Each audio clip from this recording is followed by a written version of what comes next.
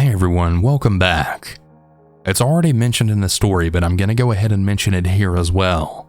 I need to give a trigger warning for the first story for sexual assault, as well as sexual harassment in story number 2. I just wanted to let you all know in case some of you want to skip these stories. Also, I'm going to be doing a sponsored segment somewhere in the middle of this video. I know, people don't like it, but it pays the bills. All that being said, I hope you all have a great weekend, and I'll see you again on Monday. Alright, let's go ahead and get into these creepy stories. And remember to always stay hungry. Trigger warning for sexual assault. Groping to be more specific. The story is a reminder for women to always be aware of their surroundings no matter what. For context, I'm a 20-year-old female, but I was 18 when this story took place. I was raised by 2 police officers for parents, and I was always taught to be aware of my surroundings. So looking back at this story, I really feel so stupid for so many of my decisions that I made, that I could have easily avoided so many of these outcomes. I hate to say it, but I've had my fair share of stories as a woman because of my body, more on the thicker and curvy side. But this one has always stuck with me, and it's said as a reminder to always be on your guard no matter where or who you're with. I'm from a very popular tourist town in the south, so it's not uncommon to have a lot of people in town on the weekends. My town has always been considered safe, for it's not a bigger city, but that fact alone made me more vulnerable and also naive in this story. I was a senior in high school at the time. Throughout the school day for my fall semester, I had 2 online classes that I was able to leave campus early for. I also got to do classwork whenever I wanted. So on the Friday of this week, I decided to leave school and go to the local Books A Million to shop for some journals and pencils for school. I have shopped at this Books A Million numerous times before, and I've always felt safe in there.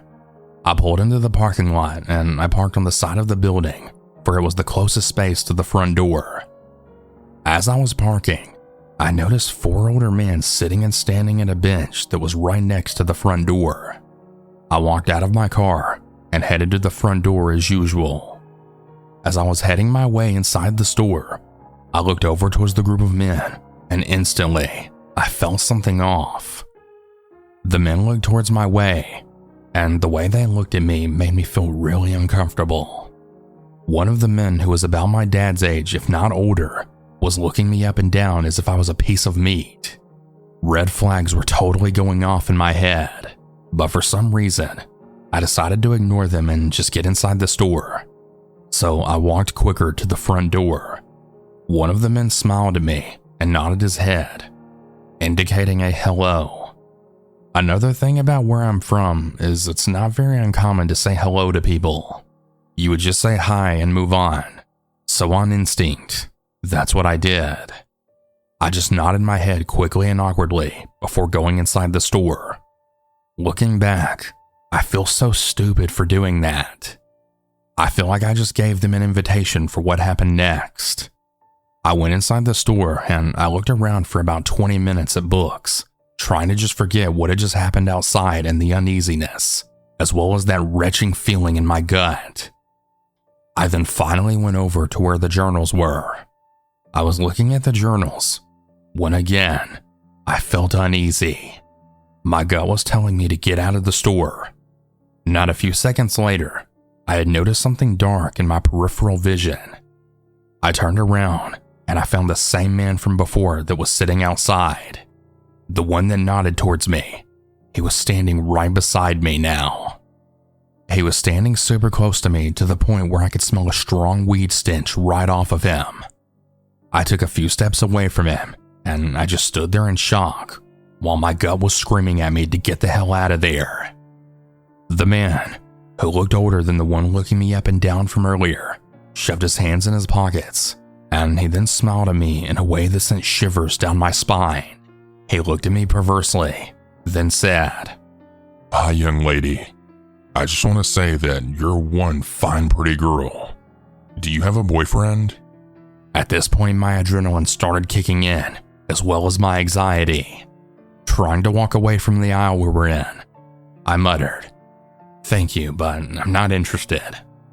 As I was trying to walk away, he had stepped around me, blocking me in the aisle. Mind you, I'm 5'2", and he was well over 6 foot tall. He towered over me. He stepped even closer to me, and he got really close to my face, then saying, "Don't try and leave now. I want to get to know you." I tried stepping around him again, but only for him to block my path yet again. I decided to lie to get this man to leave me alone. "Yeah, I have a boyfriend. Now please, leave me alone." The man didn't even move when I said that. Instead, he got closer to me, then saying, "Well, he's gonna have to share you with me. You're mighty sexy." As he said this, he then groped the side of my thigh. My anxiety and adrenaline were totally going through the roof at this point. I started to freeze up because I've never been physically assaulted like that before. When adrenaline and anxiety are running wild, that's when the mind works fastest. So that's when the first idea popped into my head. I didn't consider if it would work or not. I just wanted to get out of that situation as quickly as possible. I moved against the bookshelf where there was a slit gap between the man's arm where he was hovering over me. I took my chance and I pushed through the gap and then quickly jogged out of the aisle. I had a shopping bag with journals and pens, so I went to the cashier. The cashier noticed my discomfort and she had started asking if everything was all right, still trying to understand what had just happened. I just told her I have an emergency and I needed to check out quickly. She did just that, and I bolted the hell out of the store, but not before looking inside, and I saw 2 of the other men walking around the aisle where I had just escaped from the other man. I then very quickly ran to my car, which luckily for me, my driver's side door will unlock automatically whenever I come near it with the keys. I then jumped into my car and locked the door. As I started up my car, my adrenaline was still kicking through my body. I looked at the front door at the bench where the men were sitting from earlier, only to now find an even bigger group of men sitting there. The man that cornered and assaulted me came speed walking out of the store towards my car. At this point, there's no way I was going to stick around to find out what his next actions were. I then quickly backed out and pulled out of the parking lot. I sped my way home, constantly checking my mirrors just to make sure that I wasn't being followed, which luckily I wasn't. I took the back way home that has a lot of turns and curves just to make sure. Once I got home, I saw my dad in the driveway doing work on his motorcycle. I got out of my car and he immediately got concerned. I didn't realize until then just how hard I was breathing. He asked what happened, and I tried explaining to him only for a jumble of words to come out. He then took me inside and sat me down. I broke down crying. I didn't realize how much fear and anxiety had actually built up inside of my chest. After I calmed down, I explained what happened. My dad contacted an officer to go check out the store, but the men weren't there anymore. There was no real way of telling if they were locals or just tourists. I didn't go back to that Books-A-Million though until a couple of months later, with my dad and sister. I do still go there from time to time, but not without the reminder of what happened to me. I know this story may not be as scary as some of the others told, but this was a very frightening experience for me, and I've become even more cautious and way more paranoid whenever I'm in public, whether I'm in my own hometown or somewhere else. Luckily, I haven't seen those men since, and hopefully I never will. To all the ladies out there, please, please, please be aware of your surroundings at all times. I'm lucky that I acted when I did, because I truly feel that if I didn't, something would have happened to me once I left that store. Please be safe.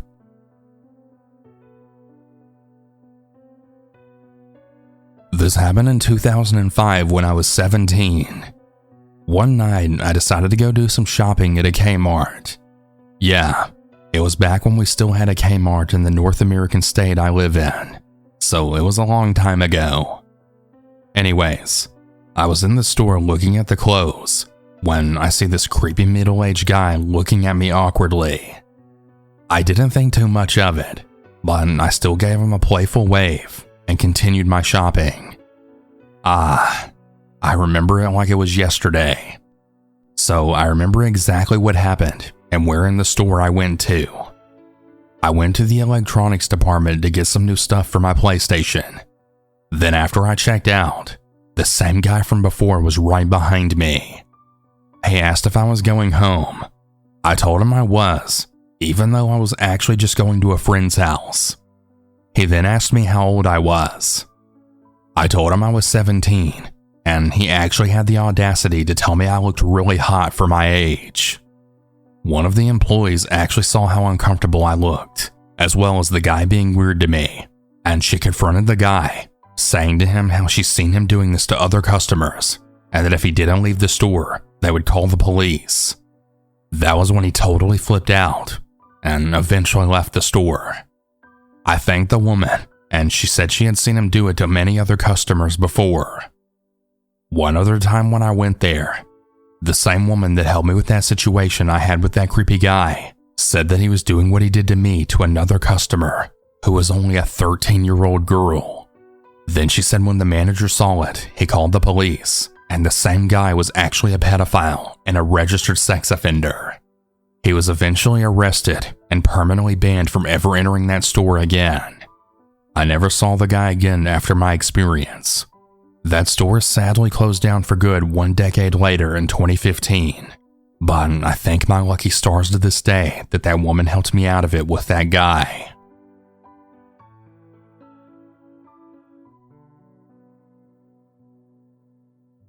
Hey everyone, I need to take a brief moment from the stories to thank today's sponsor, ShipStation. I'm sure there's some things in our lives that we wish we could automate. Whether it's doing laundry, shopping for groceries, or even just cleaning up around your room.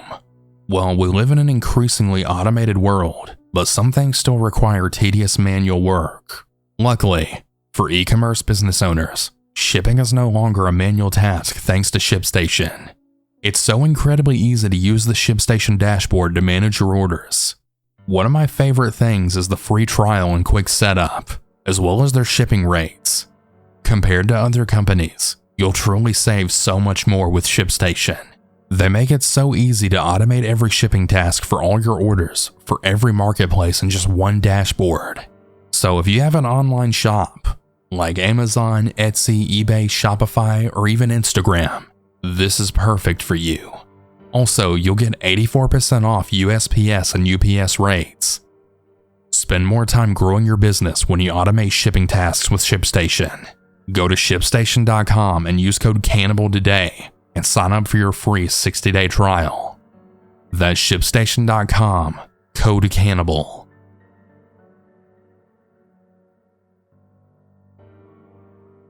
When I was in college, I was out and about with my then boyfriend. We had gone to dinner and then we went to Walmart to get some typical college foods so we could survive a Sunday in.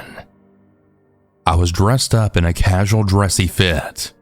We decided to split up while we shopped, maybe to do some quicker shopping, but I don't really remember the exact reason why. I was wandering the grocery aisles when I noticed this girl who looked to be about my age. In a friendly manner, we casually smile at each other and continue on shopping. It didn't seem weird at first, but I kept noticing her in the same aisles as me and a big muscular man who was never far behind us. Eventually, I'd texted my boyfriend asking where he was and continued on shopping. The next thing I know, the girl approaches me and she says how she really loves my jacket. I just reply back with, "Thanks, it's Maurice's," and I try to move on. She stops me and she says something along the lines of, "Hey, you look like you're my age, and you seem really nice. So I just moved here for a new job and company that my friends and I are starting." And she tried to ask me questions about where I was from. I was very vague and untrusting with what I said, noticing this isn't normal. Then she said, I'm looking for more people like you and I to work for our company. It's kind of a warehouse job, and I would really love for you to be one of our bookkeepers. You should give me your number." I replied back with, "That's honestly so nice of you to offer me a job, but I'm not really a desk person, and I already have a job that I love." "Aw, that's a real bummer. I thought we might work well together," she said. "Well, would you want to give me your number so we can hang out sometime? I would love to have a friend who can show me around the city." I realized that I wasn't getting out of this situation until my boyfriend showed up, or if I gave her my number. Eventually, I had rattled off a fake phone number and then said, "Hey, I'll catch you later. I gotta go." Then I walked away, praying my boyfriend would be near me so we could get the fuck out of there. While I was looking for him and trying to call him, the girl had caught up to me and had said, "Hey, I tried to call you, but it said the number was out of service." And as I tried to come up with a quick excuse and then say, "Oh, maybe you typed it in wrong," she saw that my iPhone was unlocked and in my hand. She then quickly snatched my phone right out of my hand and then called herself on it. I was so flustered and mad at her that I had snatched my phone right back when my boyfriend then came right around the corner. He instantly recognized that something was up and said we needed to go. When the girl saw him approach me, she looked so disappointed to see him, and she stopped trying to interact. We ended up not buying anything there and just leaving. Later that night, we had both called our parents and the police. The police said they didn't think it was anything ill-intended, but I was absolutely positive it was probably human trafficking. I was going to switch my phone number because I was so scared. I blocked them and I turned off all the location access on my phone. I was too scared to go anywhere alone for a while, and I even told my coach so she knew as well. Well, a couple of days later after this, I got a text from a random number. It was the girl.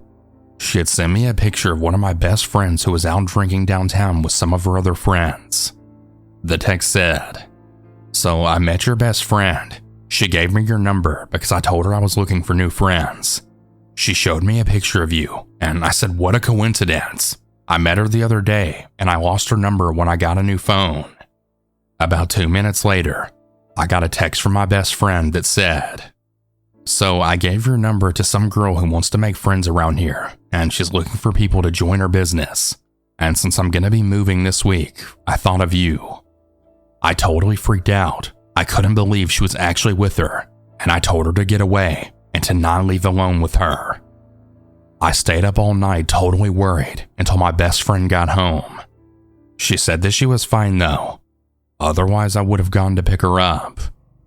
The next day my best friend apologized and she told me to block the number.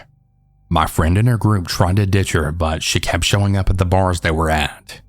She said the girl was relentless and had texted her all night trying to get my friend to go hang out at her place. My best friend also said that when she had asked the girl about the business, the girl wouldn't give her that many details, other than the fact that it was a warehouse somewhere that would pay her great, and it's in town, and if she wanted a tour, she would have to take her.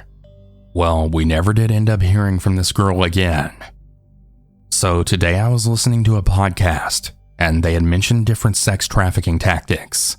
2 were vague jobs where they say they'll pay you well, but you needed to come meet them to give you more information, as well as a new-to-town girl who desperately needs new friends. I've been thinking about this all morning, and I'm really glad I felt uncomfortable and my friend didn't go with this girl. But I'm mostly really mad at the cops who ignored my concern and said it was nothing. I really hope they wrote down the tip that night, but I doubt they did.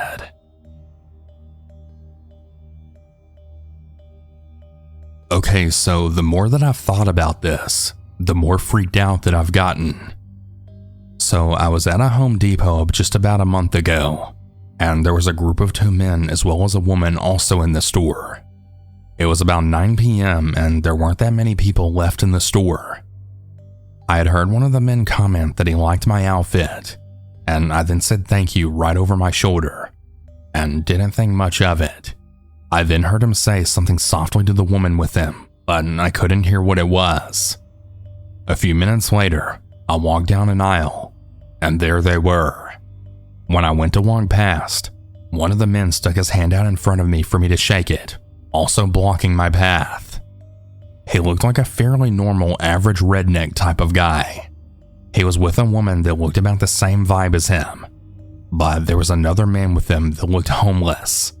He had a really crazy look on his face, long tangled hair, and he was covered in grease, or some kind of dirt of some kind. The redneck guy asked my name, and I told him it was Amy, to which he then replied back with, I love Amy's. Why don't you shake my hand? Amy's not my real name, by the way, but unfortunately, I had told the man my real name. I reluctantly shook his hand as well, and he looked me up and down. His hand was black with grease, and I was really confused as to what was going on. The redneck guy keeps asking me a lot of personal questions, including where I'm from, if I was a student, and then after a minute or two, he asked me where I'm going. My jaw kind of dropped, and the woman smiled creepily, then saying, "She's probably just going back to her apartment. Right, sweetie?" And I just nervously laughed. At this point, I'm very obviously uncomfortable, and so I say I have to go and walk away. I put down all the stuff I was carrying in the store and immediately speed walked to the exit. As I was getting in my car, I see the woman leave the store from the other exit and stand by an SUV, all while pulling out her phone and making a call while looking at me. I got the fuck out of there, making sure that no one followed me. At first, I thought that I was just being paranoid, but no encounter has ever truly unsettled me like this one. Hey everyone, I hope you all enjoyed these stories. If you ever want to submit your own, you can do so at southerncannibal.com. Have a good night everyone, and remember to always